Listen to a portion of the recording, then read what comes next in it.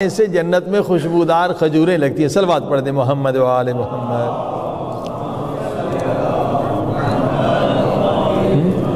مگر دعا کو ہم نے سمجھا نہیں ہے. بچپن سے دعا تو مانگ رہے ہیں مگر دعا کی حقیقت کو نہیں سمجھا. دعا ایک پورا یونیورسٹی ہے. ہاں، دعا کے شرائط ہیں، دعا کے آداب ہیں، اور دعا قبول نہ ہونے میں رکاوٹیں بھی ہیں. تو میں نے بہت سارے آداب آپ کو بتائے. ٹوٹل 13 آداب ہیں احادیث اور قرآن سے. ان آداب کا خیال کرنا ہے، ٹھیک ہے. اور 17 رکاوٹیں ہیں، ان رکاوٹوں کو ہٹانا ہے. ہاں جی، رکاوٹیں ہٹ جائیں گی آپ کی دعائیں قبول ہو جائیں گی. ہم سمجھتے ہیں بس جب بھی ہم نے دعا مانگی تو دعا قبول ہو جائے گی. بھئی جب رکاوٹ ہوگی تو دعا محفوظ ہے، ذخیرہ ہے، مگر وہ کیا ہوگا؟ لٹکی رہے گی. جیسے روزہ آپ نے رکھا، فطرہ نہیں دیا، روزہ صحیح ہے، پہنچے گا نہیں، وہ لٹکا رہے گا. جب آپ فطرہ دیں گے تو روزہ چلا جائے گا. دعا بھی ایسے لٹکی رہتی ہے، رکاوٹ کی وجہ سے دعا لٹکی رہتی ہے. بس کسی مومن کا قرضہ آپ نے لیا اس سے اور واپس نہیں دیا تو دعا آپ کی لٹکی رہے گی. صلوات پڑھی محمد و آل محمد.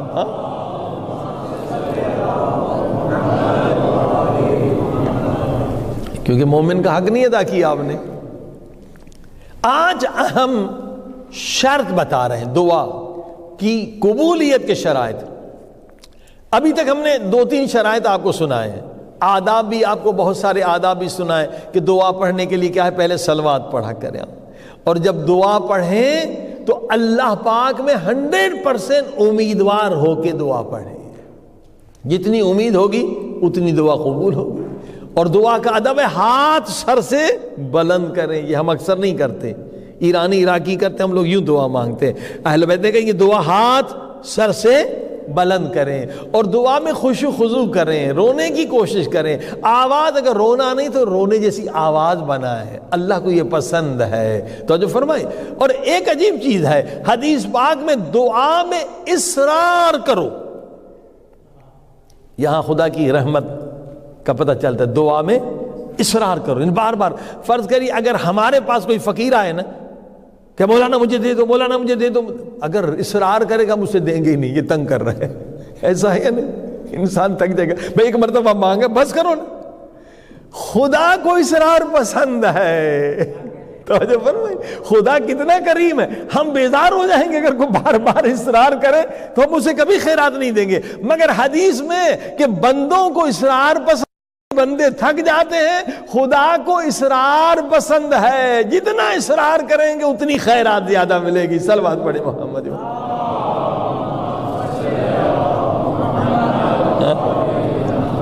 اور یہ ہم نے دیکھا کہ اماموں کو بھی اصرار پسند ہے.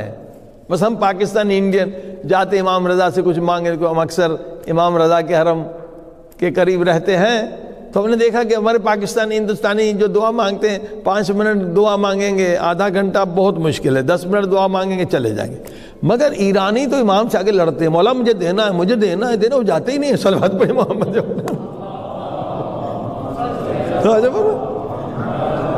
اصرار کرتے ہیں. ہاں جی، اور جو اصرار کرتے ہیں انہیں مل جاتا ہے، وہ لے کے چلے جاتے ہیں. وہ امام سے باتیں کرتے ہیں، مولا میں دور سے ہوں، مولا میں نہیں جاؤں گا، مجھے دینا ہے آپ نے.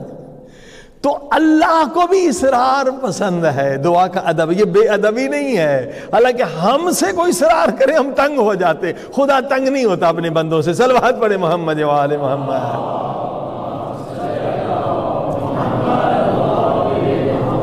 مگر شرائط میں آج بہت اہم شرط ہے. کل بھی اہم شرط تھا کہ اگر عمل میں شرک ہوگا، ریاکاری ہوگی، دعا قبول نہیں. شرک نجس ہے. کوئی بھی عمل آپ کر رہے ہیں، عمد و نماز پڑھ رہے ہیں، روزہ رکھ رہے ہیں، شرک سے عمل کو پاک کریں. شرک نجاست ہے، چاہے نجاست ہوگی دعا قبول نہیں ہوگی. اب شرک کے بہت سارے پارٹس ہیں کہ انشاءاللہ کل پرسوں کی مجلسوں میں شاید اور اہم شرک کے اقسام آپ کو بتائیں گے. لیکن آج بہت اہم چیز بتانے والے ہیں، دعا کی قبولیت. دعا ہماری کیوں قبول نہیں ہوتی؟ معصومین فرماتے ہیں کہ دعا کے گزرنے کی جگہ کو پاک رکھو. اشارہ سمجھے آپ؟ دعا کی گزرنے کی جگہ کو پاک رکھو تاکہ تمہاری دعائیں جلد قبول ہو جائیں. ہاں دعا کے گزرنے کی جگہ کیا ہے؟ زبان. اس زبان کو پاک رکھو تاکہ تمہاری دعائیں جلد قبول ہو جائیں. ہم دعا کیسے قبول ہماری؟ اور دن میں 10 جھوٹ بھی بولتے ہیں اور اللہ سے دعا بھی مانگتے ہیں. صلوات پڑھی محمد و آل محمد.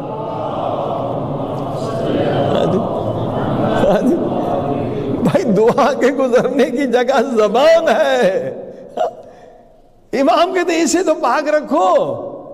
چلو گناہ تو سارے گندے ہیں, کم سے کم زبان سے گناہ نہ کرو, کیونکہ یہ دعا کے گزرنے کی